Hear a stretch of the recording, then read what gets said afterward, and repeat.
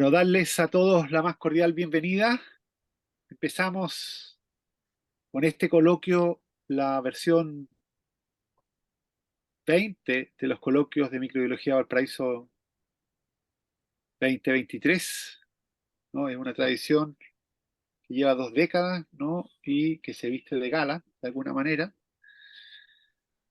Y para empezar estos coloquios, que más adelante les vamos a mandar el programa de los siguientes, porque tenemos muchos candidatos todavía y hay que afinar algunos detalles. Tenemos como primera presentadora a la doctora Valentina González, que va a ser presentada por la coordinadora de los coloquios, Beatriz Cámara. Muchas gracias, Mijael. Bueno, para mí es un gran orgullo poder presentar a la doctora Valentina González. Creo que la mayoría sabe por qué, ¿cierto? Les puedo contar que Valentina estudió Ingeniería Civil Ambiental. Ella es ingeniera de aquí, de la Universidad Técnica Federico Santa María. Yo tuve la suerte de que decidió hacer la tesis de pregrado conmigo cuando estábamos recién comenzando el estudio de actinobacterias marinas, ¿sí? Y ella se embarcó en algo completamente nuevo y eso fue súper bueno en ese sentido. Y le gustó tanto que después decidió hacer el doctorado en biotecnología, ¿sí? Y ese es como el doctorado que se imparte aquí en la universidad, en conjunto con la Pontificia Universidad Católica de Valparaíso, ¿sí? Y decidió seguir estudiando las actinobacterias marinas en un tema súper interesante que va a hablar ella ahora. Y pudo también, durante ese doctorado, pudo ir a hacer una pasantía en una empresa en Italia que se llama Actigea, y ahí pudo aprender un poco más, todo el trabajo más bien industrial para trabajar con microorganismos, y también logró publicar 3 publicaciones, así que súper bien, ¿sí? Y con eso también decidió postular al postdoc USM, que es un programa de postdoctorado que tiene la universidad, y se lo ganó.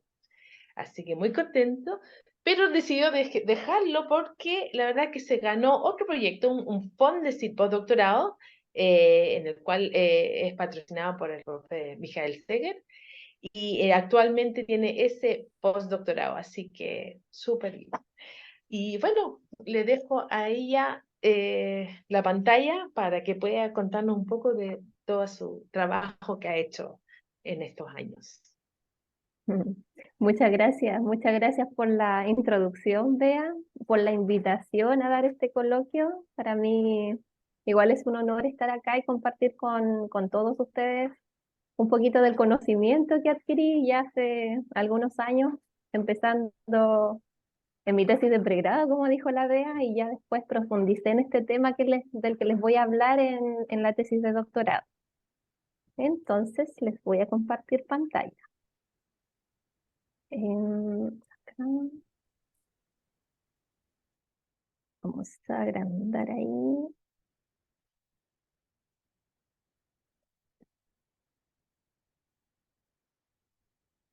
Ya, ahí se ve en grande, ¿cierto? ¿Me confirman? Sí, ya, genial. Bueno, el tema, como les mencionaba, el tema del que les voy a hablar hoy día tiene que ver con todo el trabajo que hice en mi tesis doctoral, ¿ya? Que tiene que ver con el rol de estas maravillosas bacterias, las actinobacterias marinas, de las cuales me enamoré en mi tesis de pregrado trabajando con Bea. Y les voy a hablar del potencial que tienen estas bacterias para la revalorización de subproductos de plumas de la industria avícola. Entonces, primero, para dar un contexto, a nivel mundial, entre los productos cárnicos, las aves son uno de los productos más consumidos debido a su fácil acceso y bajos costos. De hecho, estas representan un 37% de la producción de carne a nivel mundial. En Chile también somos muy buenos consumidores de aves, de pollos principalmente, pollos de engorde que son los broilers o pavos, generándose muchas unidades. De hecho, el año pasado, el 2022, generaron aproximadamente 300 unidades de aves.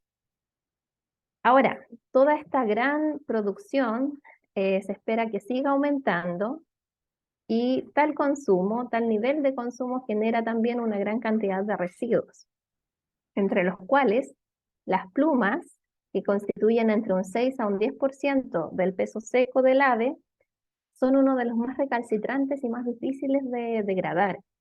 Ahora, estos son producidos en grandes cantidades en base a una estimación por esta producción que les comentaba anteriormente. En Chile se producen aproximadamente 70.000 toneladas de residuos de plumas e incluso a nivel mundial se habla de billones de toneladas de este tipo de residuos, que más bien nos podríamos referir a ellos como subproductos, porque tienen un uso que se les puede dar un valor. Ahora, en décadas pasadas estas se disponían en vertederos, posteriormente fueron usadas para producir energía, pero se emitían gases contaminantes y actualmente la mayoría de las empresas avícolas lo que hacen con estos residuos, debido a que contienen un alto porcentaje de proteína en forma de queratina, producen harina de plumas hidrolizada, que se utiliza como suplemento alimenticio para otros animales. Ahora, este proceso de producción del hidrolizado proteico, actualmente las empresas lo producen a través de tratamientos físico-químicos en condiciones agresivas, de altas temperaturas, altas presiones, que conllevan altos costos termoenergéticos y producen la destrucción de ciertos aminoácidos esenciales. Una alternativa más amigable con el medio ambiente podría ser la utilización de microorganismos queratinolíticos, que son capaces de degradar la estructura de la queratina de las plumas, o también utilizar sus enzimas, que se denominan queratinasas. Esta tecnología de por sí reduciría los costos termoenergéticos y tales hidrolizados serían enriquecidos con el aporte de la biomasa microbiana. Ahora, si nosotros usamos microorganismos queratinolíticos, que son capaces de degradar las plumas de por sí, tales hidrolizados pueden tener un montón de usos. Por ejemplo, se podrían utilizar como biofertilizantes para el crecimiento de plantas. Pero también hay otros muchos usos que les mencioné acá abajito. Por ejemplo, estos hidrolizados se pueden usar como materia prima para la producción de bioplásticos o biogás, también para la extracción de péptidos bioactivos. Por otro lado, si utilizamos las enzimas ya purificadas que producen estos mismos microorganismos queratinolíticos, se tendría la ventaja de que tales hidrolizados no tendrían los interferentes que producen las células, ni las mismas células como tal. Por tanto, esos hidrolizados producidos por tecnología enzimática podrían ser utilizados para aplicaciones o usos de mayor valor agregado, como aplicaciones biomédicas. La queratina de por sí es un biopolímero biodegradable, biocompatible, que puede ser utilizado en estas aplicaciones. De hecho, también se han producido geles de queratina que promueven la cicatrización de heridas. Se han hecho nanopartículas de queratina para la entrega de ciertos fármacos o nanopartículas con actividad antibacteriana. Y también se pueden usar estas como uso en cosmética para la producción de cremas. Entonces, estos hidrolizados tienen un gran potencial para su uso. Entonces, ya aquí estaríamos hablando de una revalorización de residuos, pues estamos dándole un mayor valor a estos residuos en procesos que son más amigables con el medio ambiente. Ahora, ¿dónde encontramos a estos microorganismos queratinolíticos? En la naturaleza solo hay unos pocos. Hay algunos hongos y bacterias gram positivas, como lo son Bacillus, y también del filum Actinomycetota, más conocido como Actinobacteria, cuyo filo fue renombrado hace muy poquito. Estas actinobacterias son un grupo que tiene un alto potencial para la degradación de este tipo de residuos. En literatura nosotros nos encontramos con distintos reportes de diferentes especies de este filo que son capaces de degradar distintos residuos ricos en queratina, además de las plumas, lana o también pelo incluso. Ahora, estas bacterias principalmente han sido aisladas de suelo o de residuos ricos en queratina. Sin embargo, una fuente muy prometedora e interesante para buscar este tipo de bacterias son los ambientes marinos. Entonces, si nosotros nos sumergimos en estos ecosistemas marinos, nos encontramos con una enorme biodiversidad microbiana, donde se encuentran las actinobacterias.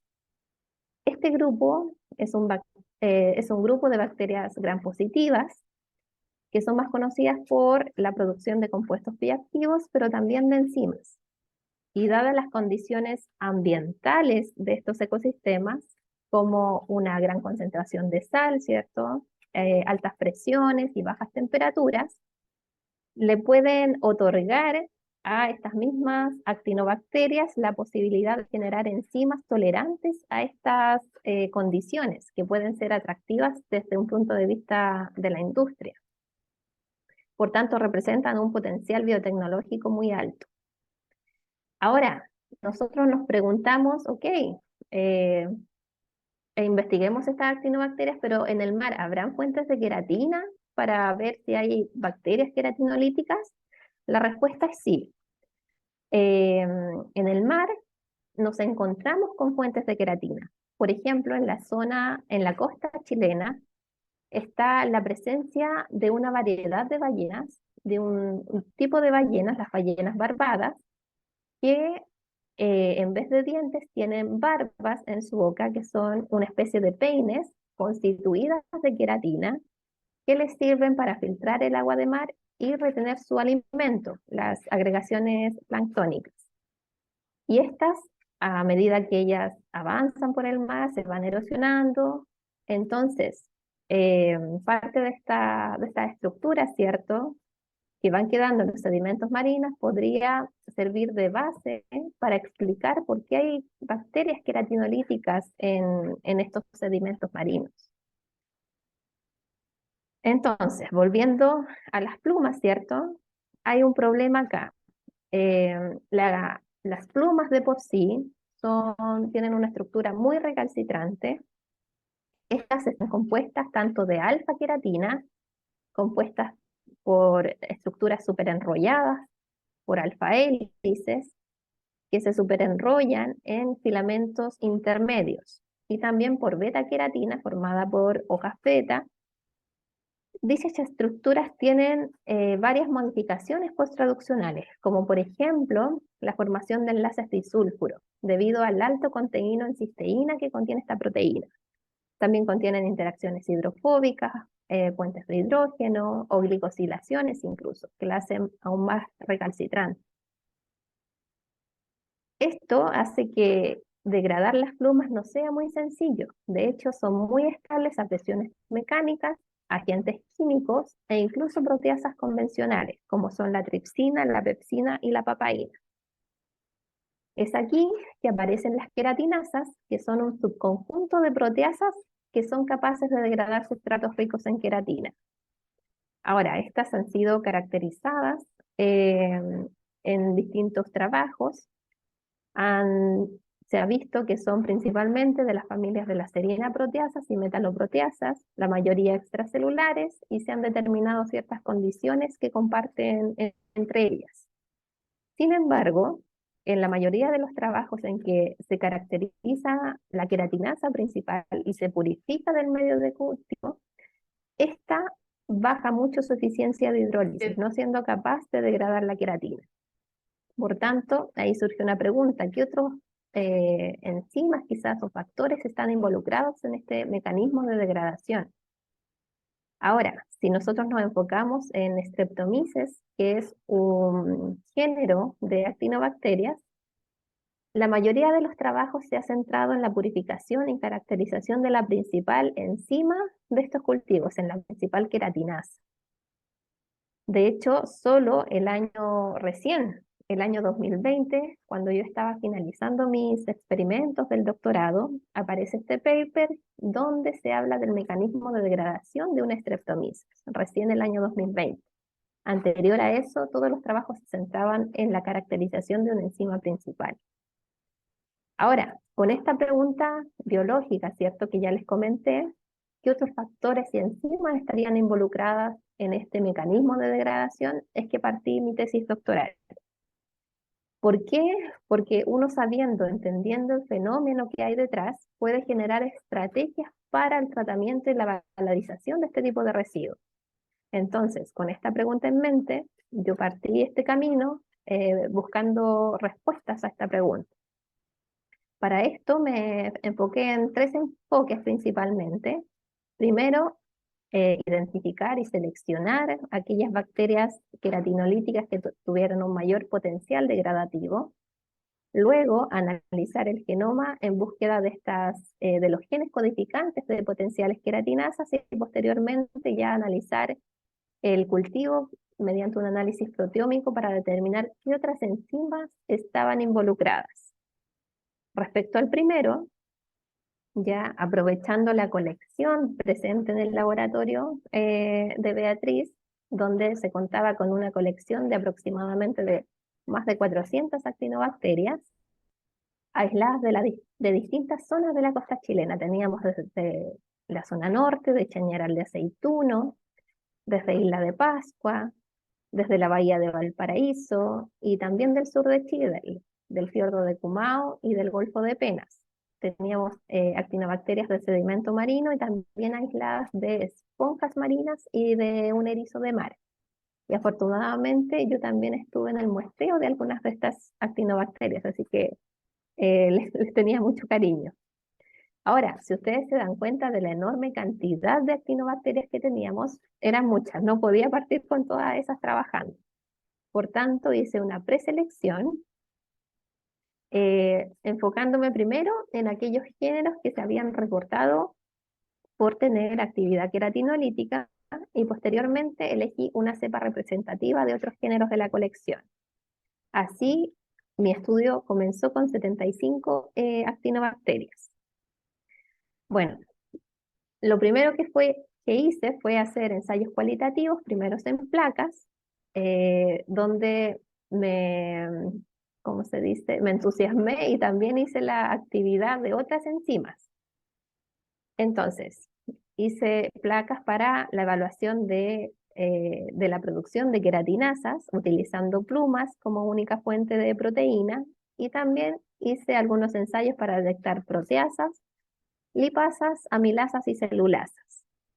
Con estas 75 actinobacterias se hizo estos tests y acá les muestro un heatmap donde los cuadritos azules revelan una alta producción de estas enzimas, los verdes una media actividad, los celestes baja actividad y si ya está en blanco es que no produjo la actividad en estas placas.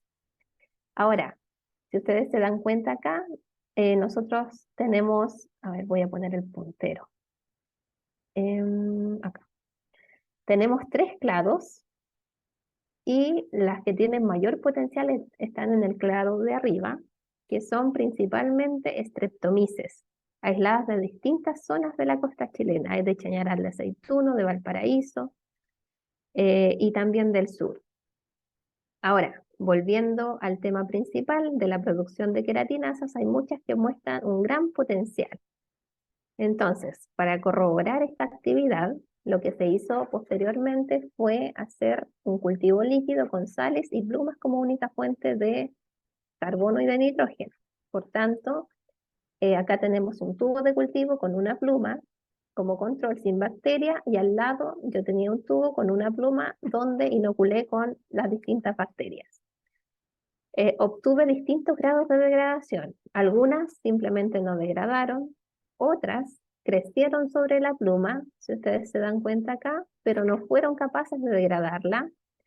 Otras actinobacterias mostraron una degradación media, donde se ve que se rompió la estructura de las plumas, y otras tuvieron una degradación excelente. Prácticamente no se ve nada de las plumas. Ahora, desde este ensayo, 31 actinobacterias evidenciaron algún nivel de degradación correspondiente a los géneros de Streptomyces, que es el más reportado por tener actividad queratinolítica, y también habían otros 2, Micrococcus y Nocardioides. Posteriormente, para elegir y quedarme con una, se hicieron cultivos un poco más grandes, ya en matraces, donde se realizó la medición de actividad enzimática, proteolítica, queratinolítica y también medición de grupos sulfidrilos para ver si había reducción de estos enlaces disulfuros que les mencionaba anteriormente. Y también se midió el porcentaje de degradación de plumas en base a la diferencia de peso seco. Acá yo les muestro las curvas de dos bacterias, la Streptomyces CHA1 y Streptomyces G11C, que mostraron buenas capacidades de degradación. Acá en actividad queratinolítica, el primer gráfico, se muestra que a medida que transcurre el cultivo, estas van aumentando su actividad, teniendo un máximo entre el día 4 y el 5 aproximadamente. En cuanto a los grupos sulfidrilos, estos empiezan a aumentar ya desde el primer día, desde la inoculación, hasta el día 3 aproximadamente, y ya después su concentración se mantiene estable. Esto hace pensar que el mecanismo de reducción de enlaces disulfuros ocurre en una etapa más temprana. Ahora, ambas actinobacterias tienen un gran potencial, dado que a la semana de cultivo presentan un 90% de degradación de las plumas y la solubilización de estas, teniendo un gran potencial. Esto es al día 7 y al día 5 presentan un 80% de degradación. Ahora, ya finalmente para elegir aquella, todos estos parámetros que les mencioné anteriormente se compararon entre sí y me quedé con Streptomyces G11C, que tuvo una excelente capacidad de degradación, 80% al día 5, alta producción de grupos sulfidrilos. Acá les muestro algunas fotitos en matraces de cultivo. Al principio utilizaba plumas molidas. Acá se ve una microscopía al 100 por óptica, donde se ve que la bacteria rodea la estructura de la pluma y la va degradando. Posteriormente, me centré en la búsqueda de los genes codificantes de potenciales queratinasas, en analizar el genoma.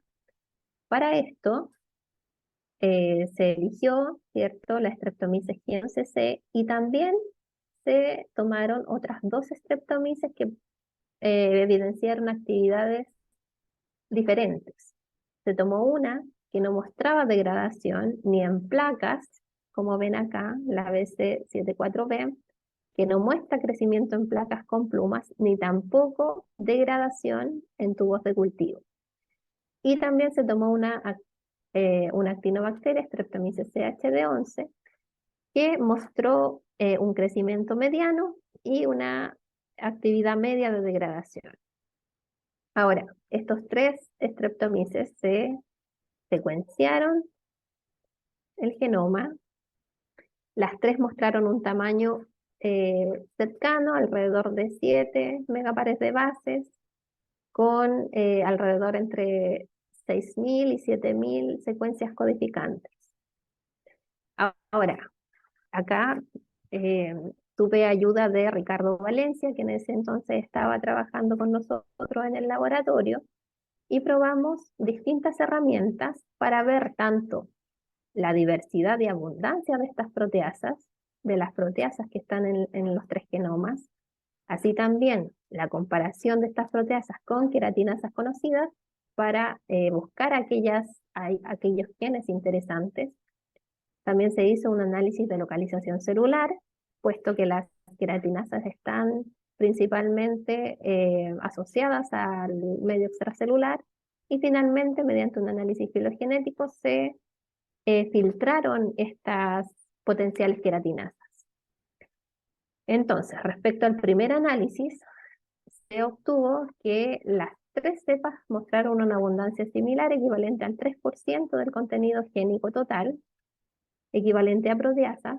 En cuanto a la diversidad, también las tres mostraron una diversidad similar, con un mayor contenido de metaloproteasas y serinaproteasas, aunque la cepa G11C evidenció la presencia de dos familias, la S53, la familia de las cedoalicinas, y la C02 de las calpaínas, que solo estaban presentes en la cepa queratinolítica y no en las otras dos.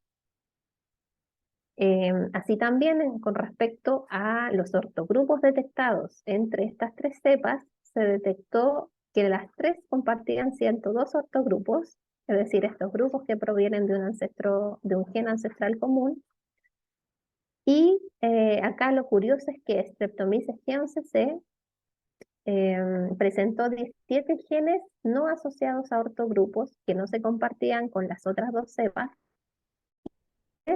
ortogrupos que se compartían solo con la cepa que también era queratinolítica, con actividad media. Por tanto, estas podían ser interesantes y podían explicar de algún modo lo que se veía diferencialmente en los tubos de cultivo y en las placas. Ahora, estas principalmente eran de las familias de las serinapeptidasas y de las metalopeptidasas. Por tanto, podían ser interesantes ya que las queratinasas reportadas pertenecían a este tipo de familias. Lo que sí, estas principalmente eran de localización intracelular o de membrana. Posteriormente, se realizó una red de similitud utilizando una base de datos de queratinasas conocidas. Entonces se hizo una búsqueda en literatura.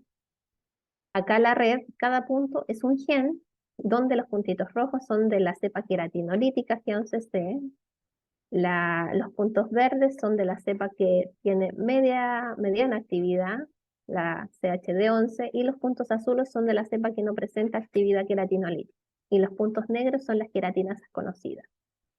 De esta red se detectaron 3 comunidades asociadas a 3 familias de proteasas, de la familia S8, M4 y S1, de la cual ya se habían conocido queratinasas funcionales.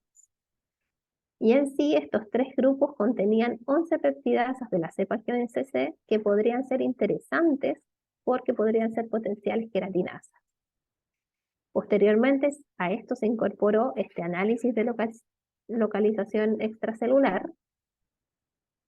Acá también, cada puntito es un gen y acá se incorporan ciertos colores, como el color morado, que son estas proteasas únicas que les mencioné de cada cepa, y el grupo azul, que eran las proteasas relacionadas a queratinasas según la red. De acuerdo a este análisis, se usó un análisis de componentes principales donde se detectaron 3 grupos bien separados. Posteriormente se realizó un análisis de TCNE que separa con mayor fuerza estos grupos. Acá, casi todos los grupos interesantes, que son las queratinasas y estas proteasas relacionadas a queratinasas, estaban contenidas en estos grupos, que se dividieron en 3 subgrupos, los cuales posteriormente fueron analizadas mediante análisis filogenético.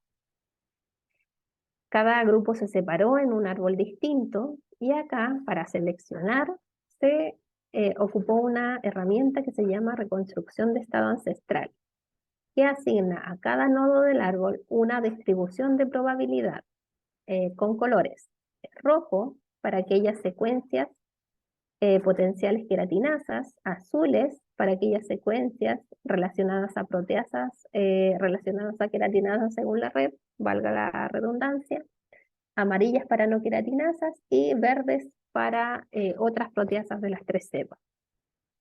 Así, solo se seleccionaron aquellos clados que contenían ramas con mayor al 50% de la probabilidad, ya sea de pertenecer a queratinasa funcional o proteasa ligada a queratinasa.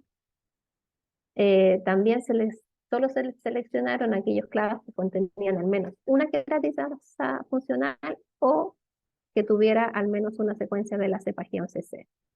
Así, solo 2 árboles pasaron este filtro y de estos quedaron 3 clados, de los cuales habían 7 potenciales queratinasas de la cepa G11C. Así, mediante la incorporación de todas estas herramientas, se detectaron estas 7 potenciales queratinasas en esta cepa que provenían de estas 3 familias de ya queratinasas conocidas, que son las familias de las serinaproteasas y metaloproteasas, y también 17 peptidasas únicas que podrían tener inferencia en esta diferencia de las actividades observadas.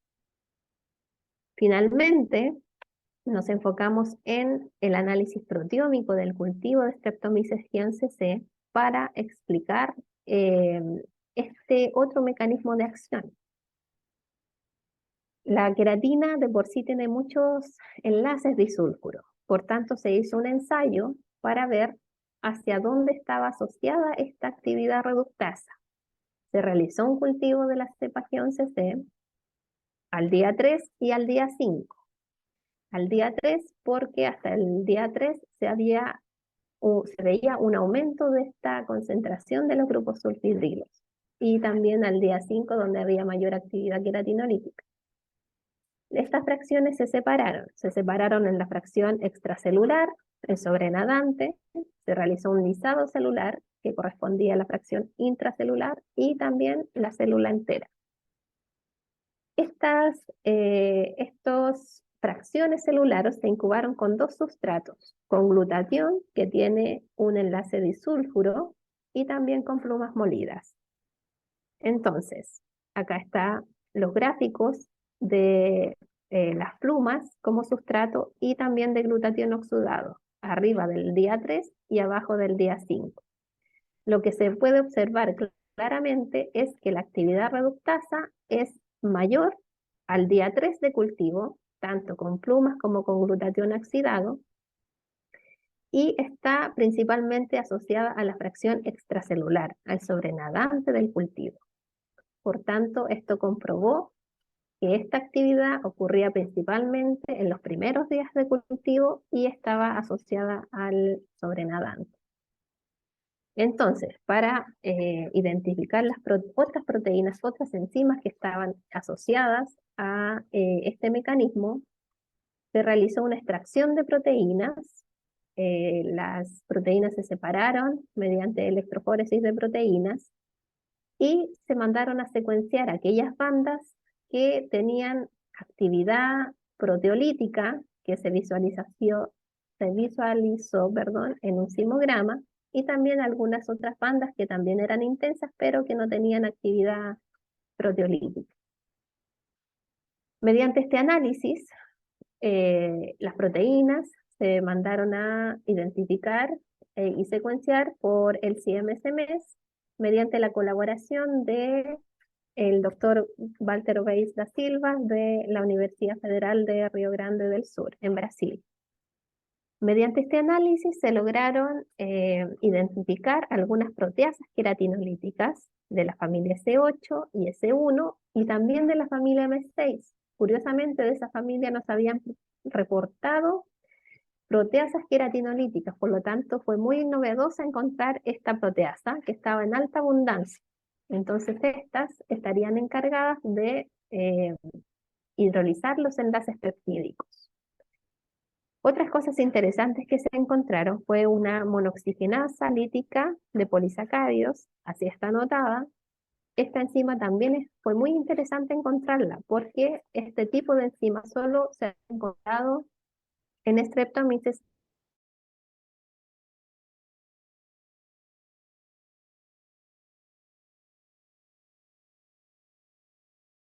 Fue muy interesante encontrarlo.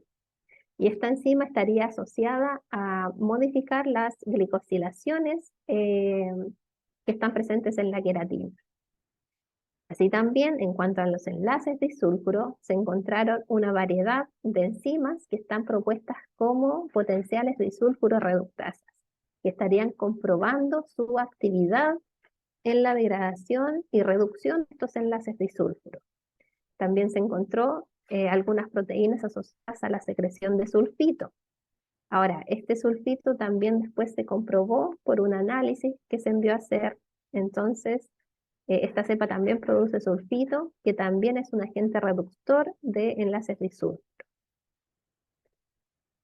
Así, otra cosa que les puedo comentar de este análisis es que se vio que de las proteasas que fueron secretadas por las bacterias, se comprobó que 7 de las 7 queratinasas predichas por el análisis informático fueron detectadas en la proteómica, y 12 de los 17 genes únicos también, algunos de los cuales tenían alta abundancia en el análisis proteómico y que comprueban su participación en este mecanismo de degradación. Otra cosa interesante que les puedo mencionar es que hubo un regulador, CERD, que fue altamente inducido en el cultivo de esta de Streptomyces guion-CC. Acá les puedo mencionar que este regulador TERD es asociado a la diferenciación morfológica de Streptomyces. De hecho, acá nosotros hicimos una microscopía SEM de barrido electrónica. Acá, estas especies de ramas son pertenecen a las plumas. Y si ustedes se fijan, abajo de esas ramas hay una especie de telaraña, por decirlo de algún modo. Esas son las hifas que forma Streptomyces. Y si nosotros nos acercamos y miramos un poco más a fondo, se ven cómo las hifas están formadas en estos estadios y estas especies de pelotitas que ustedes ven ahí son la formación de esporas. Por tanto, dado que las plumas contienen esta estructura, no es de extrañar que el crecimiento filamentoso de Streptomyces tenga un importante rol en este mecanismo de degradación. Y por eso encontramos a este regulador altamente inducido.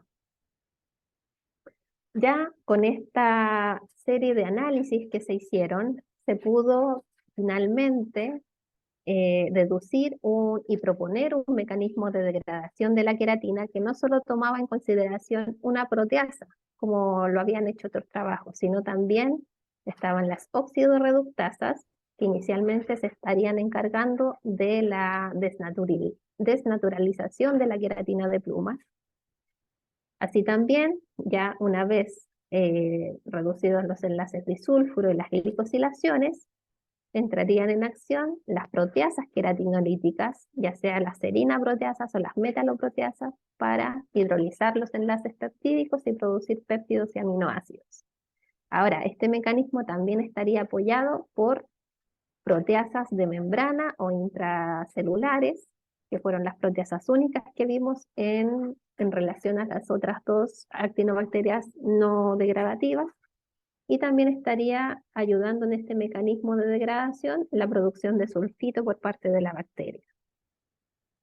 Entonces, todos estos análisis hacen ver el potencial queratinolítico de Streptomyces guion-CC, una bacteria aislada de las costas chilenas. Ahora, ya con la descripción de este mecanismo, ¿qué es lo que sigue? Se preguntarán. Bueno, lo que sigue, ya teniendo en mente qué enzimas se están sintetizando, hay algunas que estuvieron en alta abundancia. Lo que sigue es caracterizar esas enzimas, producirlas, y mi idea es hacer un cóctel enzimática para generar una estrategia para el tratamiento y valorización de este tipo de residuos. Ahora, esto está enmarcado ya en mi actual proyecto postdoc que me adjudiqué recientemente. Ahora esto se haría por medio de ingeniería genética y eso recién está empezando, así que yo creo que para un próximo coloquio le tendría resultados de esto. Y eventualmente también lo que se quiere hacer es probar y evaluar los usos de este hidrolizado de queratina, por ejemplo, para su evaluación como biofertilizante. Bueno, finalmente aquí agradecer a las universidades, ¿cierto?, donde hice el doctorado, al Centro de Biotecnología, que me dio todas las instalaciones para poder llevar a cabo los experimentos, a las fuentes de financiamiento, a nuestros colaboradores internacionales, Fabricio, donde hice la pasantía, Walter, a Pedro Valencia, que creo que está por ahí conectado, a Bea, que fueron mis tutores de la tesis doctoral, a Ricardo Valencia, que me ayudó con el análisis informático, al profe Mijael y a todo el equipo, especialmente también a mi Actino Team, ¿cierto? Con quienes he compartido mucho, porque este camino no es solo un camino científico, sino también de desarrollo personal, y todas esas personas que a uno lo acompañan son muy importantes y tienen un valioso aporte en este camino. Bueno, eso, así que quedo abierta a consultas, preguntas, ahí está mi contacto por si después quieren conversar conmigo. Y eso, muchas gracias a todos los presentes. Sí, muchísimas gracias, Valentina, por este inspirador coloquio. Y se abre las preguntas. Gracias, profe. A mí me gustaría preguntar, vale, muchas gracias por este excelente coloquio y mostrar todo el trabajo que hiciste, que lo miro de nuevo ahora y digo, wow, tremendo, tremenda tesis de doctorado, ¿cierto? Yo te quería preguntar un poco más la parte final del trabajo, ¿cierto? Que tú Ajá, encontraste TER-D, ¿sí? Que es este regulador. Si tú me ujú, puedes decir, claro. si me puedes hablar un poquito más con respecto a ese regulador. ¿A dónde Ya. ha sido encontrado antes? Sí, de hecho creo que tengo, a ver, vamos a salir de ahí. Sí, ese regulador, bueno, se llama así, TERD, porque fue encontrado inicialmente en Serratia, en una bacteria que se llama Serratia, relacionada a la resistencia a telurio. Sin embargo, después en Streptomyces se vio que este regulador no estaba asociado a esta resistencia a telurio, sino a la diferenciación morfológica de Streptomyces, eh, específicamente a ciertas situaciones eh, de estrés abiótico y a ciertos procesos que tiene la diferenciación de Streptomyces en cuanto a procesos de muerte celular. Cuando pasa de un estadio a otro. Creo que tengo, claro, acá mismo, claro, estos dos son los papers que más encontré que estaban involucrados en diferenciación de Streptomyces silicolor, principalmente relacionado al estadio que tiene esta bacteria principalmente, en la diferenciación morfológica. Sí. Y claro, y como la bacteria en este mecanismo de adhesión a las plumas, posiblemente está muy implicado en este proceso de agarre hacia las plumas. Y ya después secreta la enzima y se provoca este mecanismo de hidrólisis. Pero sería interesante igual estudiar el efecto de ese regulador en este mecanismo de Súper degradación. interesante, porque Está le da como ahí, otra, como... ujú. da otra Sí, fase que no se había visto antes sí, completamente. con las queratinas. Ujú. Súper, ¿no? Muy bien. Claro, sí, No gracias. sé si alguien más tiene preguntas. Sí. ¿Hay más preguntas, Valentina? Yo te quería preguntar un poco sobre la expresión de estas enzimas, ¿no? Las Ujú, enzimas más importantes en este mecanismo de Streptomyces, digamos. ¿En qué condiciones se inducen y en qué ujú. condiciones, digamos, están estos genes apagados? ¿Tienes alguna idea? Em, por ejemplo, hay ciertas proteasas que se han visto que tienen una expresión constitutiva, que siempre están en el medio de cultivo. Ahora, en cuanto a estas mismas enzimas de Streptomyces, no hay mucho estudio. De hecho, por ejemplo, la monoxigenasa que está acá, que se vio en el cultivo de Streptomyces, solo se ha visto en degradación de sustratos ricos en celulosa o en lignina. De hecho, esta misma enzima fue buscada en genomas de bacilos queratinolíticas, pero no fue encontrado. Y de hecho, esta enzima, la monoxigenasa, solo se descubrió hace una década, el 2010. Por tanto, ya sea el mecanismo y la misma enzima como tal, o las familias asociadas a este tipo de enzimas, están en proceso de estudio todavía, son nuevas relativamente. Y las otras, que son las que se dicen como disulfuro reductasas, La mayoría de ellas están asociadas al medio intracelular. Se inducen algunas en condiciones de estrés oxidativo incluso, pero no hay estudios de ello en relación a la degradación de la queratina de plumas. ¿Por qué? Porque, como decía antes, la mayoría de los estudios solo se han visto enfocados en caracterizar la principal queratinasa, pero no hay estudios que se enfoquen en el mecanismo completo de degradación de la queratina. De hecho, esas mismas enzimas que están ahí no han sido reportadas en otras streptomyces asociadas a este mecanismo. Son nuevas. Es un estudio, de hecho, es el primer estudio en base a proteómica que se ha hecho en esta temática, en el estudio de queratinasa o del mecanismo de queratinólisis bacteriana. Y que justamente esos estudios proteómicos que tú hablas, que hiciste allá en Brasil, ¿cierto? Que hicieron en colaboración, te pueden dar Ujú, algunas luces, digamos, sobre condiciones en las cuales se expresan o no se expresan, ujú, ¿no? claro, Porque tú sí. hiciste proteómica en diferentes condiciones, ¿viste diferencias de expresión de estas proteínas en diferentes Mm, condiciones o no? no, no. Lo que acá se mandó a secuenciar las bandas, pero no se hizo una actividad diferencial.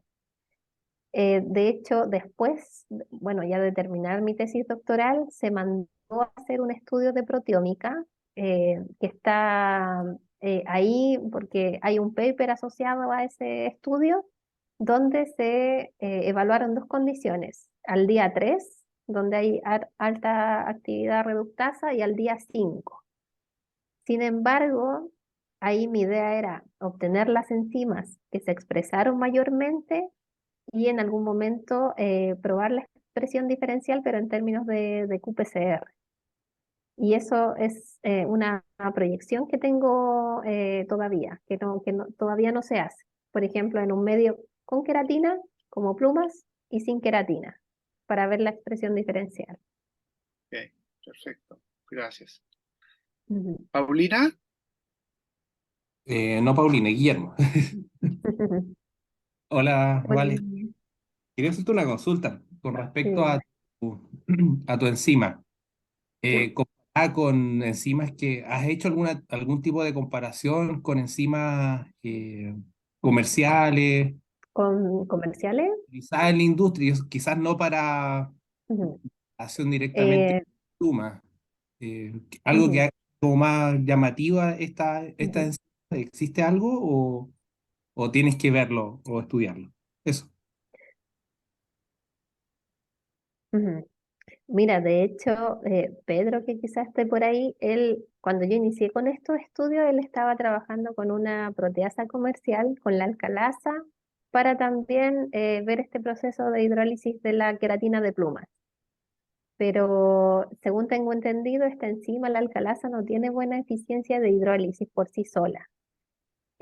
Siempre hay que adicionarle algo, por ejemplo, sulfito, que es buen reductor de enlaces disulfuro, para que haya una degradación un poco más eficiente al utilizar la enzima, la alcalasa.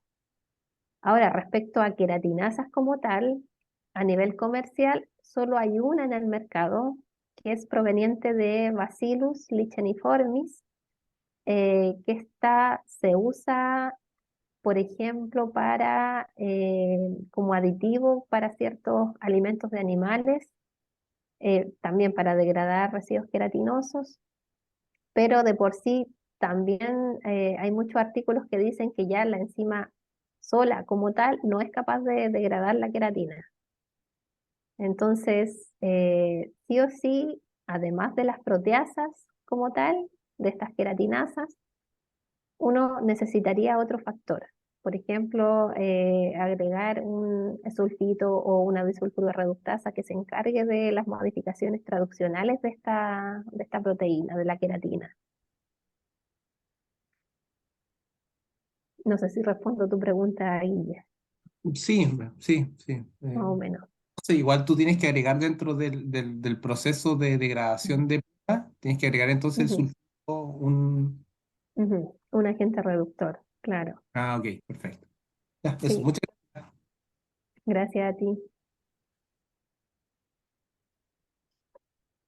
¿Puedo preguntar? Pedro, por favor. Sí. Hola, Pedro. Hoy sí.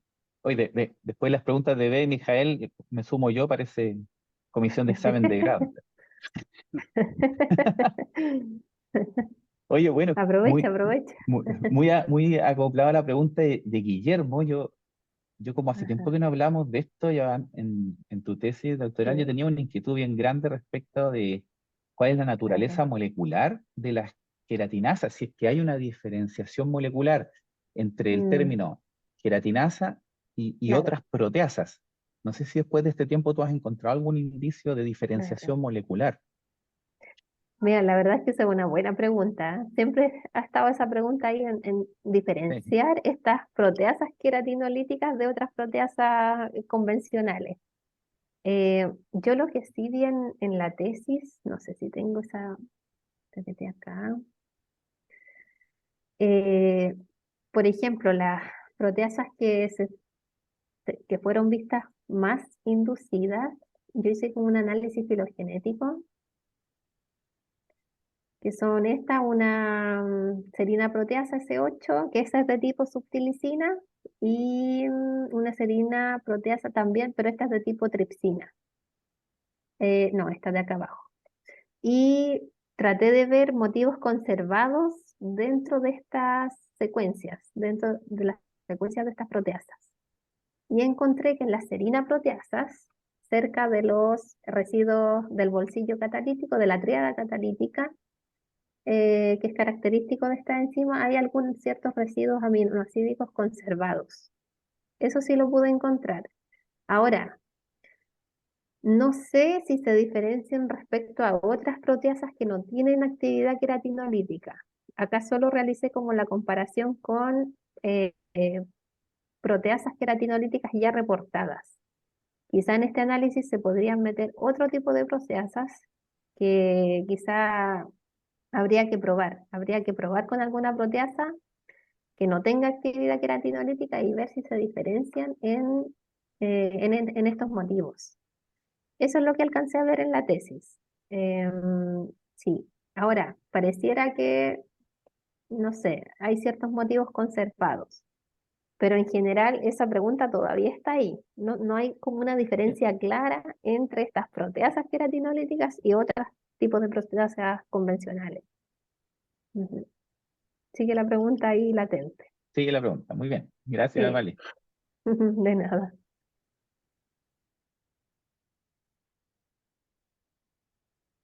¿Más preguntas? Roberto.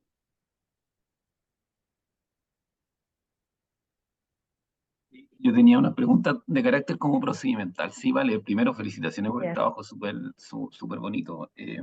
gracias. Solo los cultivos, cuando los metías Ujú, con las plumas, ¿tenían una ujú. fuente de carbono eh, adicional No, a la pluma? Solo crecían en base a la pluma. sí, la pluma era la única fuente de carbono y de nitrógeno, de hecho. Yo solo le Ya, echaba sales y las plumas eran con lo que crecían estas bacterias. ya. ¿Y tú, Sí. cachai, si estas pueden fijar nitrógeno o no? Eh, no lo sé, no he hecho Ya, ensayos de fijación de nitrógeno, pero por ejemplo, para hacer, como quiero evaluar el uso del hidrolizado, por ejemplo, como biofertilizante, igual tengo pensado hacer quizá algunos ensayos con esta bacteria para ver si fijan nitrógeno y también fosfato, que eso igual es importante eh, para evaluar el uso de esta bacteria, porque si uno evalúa el uso de este hidrolizado como fertilizante, una opción es solo o quitarle la bacteria y solo probar el uso del hidrolizado o probar el hidrolizado con la bacteria. claro. Si esta bacteria es capaz de hacer eso, de fijar nitrógeno, fosfato, quizás se podría agregar así, con la bacteria viva. De hecho, esta bacteria que yo utilicé, esta es de la especie Albidoflavus, muy probablemente, igual hay que hacer otro análisis para comprobar eso, pero especies de Albidoflavus se han reportado como promotoras del crecimiento vegetal, de hecho. Entonces, muy probablemente un hidrolizado que contenga esta bacteria podría servir como un potencial fertilizante. Y es posible que sea capaz de fijar nitrógeno. No lo sé, tendría que hacer los ensayos, Ah, pero es probable. ya, qué buena esa. Y la segunda tenía que ver con cómo lo haces para poder como esterilizar las plumas Ujú. ya sea para los experimentos y también, claro, para la Claro, microscopía. claro. Para los cultivos, bueno, lo que se hace, yo al principio trabajaba con plumas molidas, después me di cuenta que no era necesario moler las plumas, así que las metía enteras. Las cortaba un poco Y para que me voy a cayeran terminar en los metiendo matraces. una gallina entera, ¿o no? Claro, poco me faltó. Sí, metía las plumas, bueno, en cada matraz tenía que pesar una cantidad fija de plumas. Le echaba el medio de cultivo con las sales disueltas y eso se autoclavaba. Y ya después, después del autoclave, le inoculaba la bacteria y hacía mi experimento. Para la microscopía, lo que se hizo fue estos mismos cultivos, filtrarlos en papel filtro de estos Whatman. Y esos papeles filtros yo los corté en pedacitos, se liofilizaron y eso después se mandó a hacer microscopía. Entonces allá le pusieron la lámina de oro que le ponen para Claro, previo al proceso. Y claro, pero las plumas están autoclavadas entonces antes de todos los experimentos. sí, Ya, sí, bacán. en este sentido sí, están autoclavadas. Y eso como que Porque igual las plumas vienen con harto con harta mugre, ¿no? bacterias, hongo Ya, incluso, sí, cierta, sí. Entonces para evitar contaminaciones se tuvieron que autoclavar. la autoclavada. Ya. Sí. Muchas gracias, Vale. Muy Ujú. bonito el trabajo y felicitaciones a todos los que estuvieron involucrados. Gracias, Roberto. Oye, pensando un poco hacia la aplicación industrial, ¿no? Ujú, Y ¿tú ves factible, digamos, aplicar estas óxidos reductasas como en el parte del cóctel?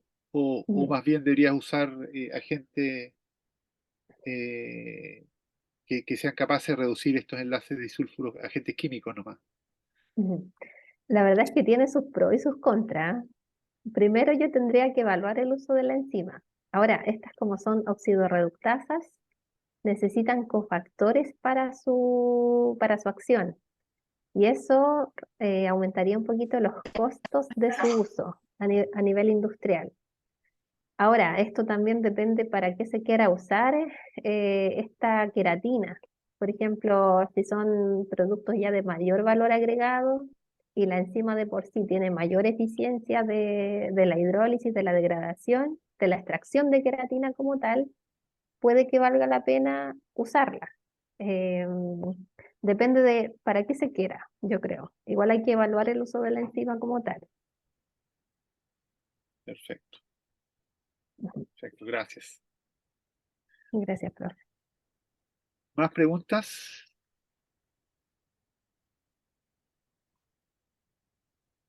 Cebolla.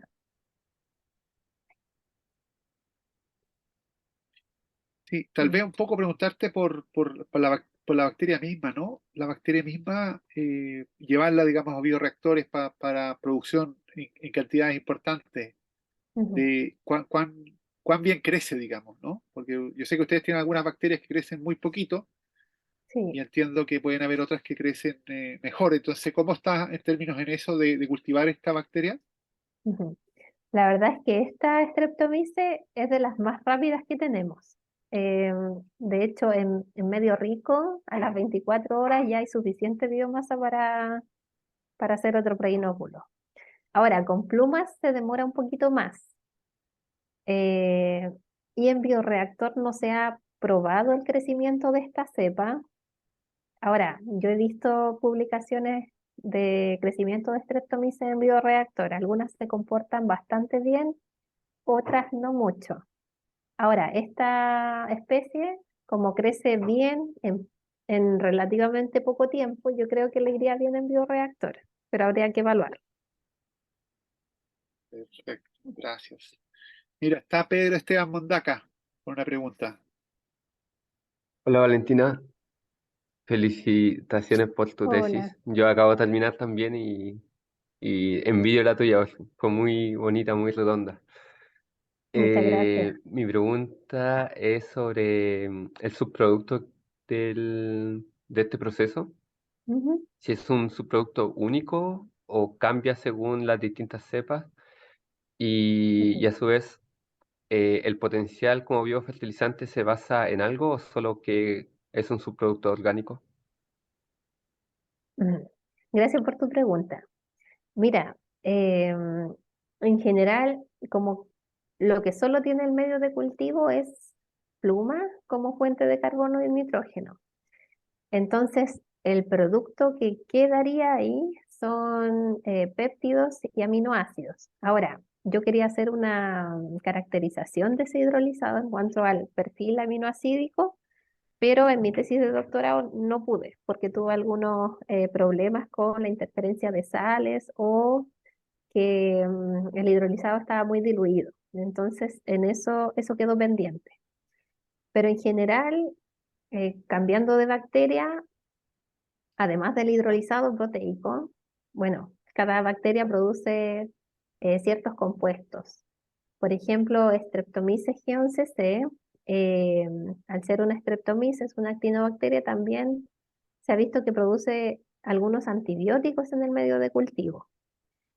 Con plumas vimos que esta producía unos compuestos que se llaman surugamidas, que de hecho también podría servir como un producto que se puede extraer en base a estos subproductos de la industria avícola y que también puede ser interesante por ese lado. Ahora, esta bacteria como tal, eh, como les comentaba anteriormente, especies de esta bacteria se han visto que tienen que actúan como promotores del crecimiento vegetal. Por tanto, un hidrolizado que contenga también esta bacteria podría ser interesante evaluarla en plantas. Tiene potencial por ahí. Ahora, eso igual hay que evaluarlo. No sé si respondí tu pregunta. Sí, sí, súper. Muchas ¿Sí? gracias. De nada. Constanza Macaya, Hola, Vale, ¿cómo estás? Hola, bien, ¿y tú? Primero igual me sumo a las felicitaciones, es un trabajo muy redondo y destaco mucho también que la continuidad de tu postdoc vaya muy de la mano con esto, como materializar estas proyecciones de tu tesis doctoral me parece muy valorable. Muchas gracias, Mi Connie. pregunta va más que Ujú, nada al área como hablabas de utilizar este cóctel o este hidrolizado como ujú, biofertilizante o algún bioestimulante. No sé si tienes pensado o tienes información al ujú. respecto de la estabilidad de este hidrolizado, pensando también en que a lo mejor se podría o mejorar esta estabilidad, pensando en que los procesos en suelo también son un poco más lentos. No Claro. sé el alcance de la estabilidad del hidrolizado. Ujú. Mira, la verdad no tengo información al respecto, pero dentro de la evaluación como biofertilizante, por ejemplo, antes de evaluarlo o quizá paralelo a evaluarlo en plantas, se quiere probar su estabilidad. De hecho, no hace mucho tiempo queríamos postular a un proyecto interno para evaluar el uso del hidrolizado de esta bacteria y uno de los objetivos centrales era probar eso específicamente, la estabilidad del hidrolizado, para ver la conservación o si es más fácil quizá aplicarlo en forma líquida o como polvo. Eh, la verdad es que ese es un objetivo que está ahí latente, que se quiere evaluar en su momento. Sí, Súper. Sí, porque pero no también tengo pienso, información respecto a eso. sí lo pensaba más que nada porque, claro, Ujú. están estos subproductos proteicos o aportes en nitrógeno Claro, que pueden estar, pero también el aporte de las enzimas que estás aplicando o si vas a hacer claro. este cóctel proteico, Ujú. también cómo evaluar esa parte más estable para prolongar el tiempo de Sí, vida útil de tu producto. claro. Sí, no es una parte importante, que yo creo que sí o sí hay que hacerlo. Sí, Súper. Bueno, todo el muchas éxito, vale. gracias. Siempre. Gracias. Muchas gracias, Connie. De nada. tenemos visitas de Costa Rica también. No sé si hay alguna pregunta de Costa Rica.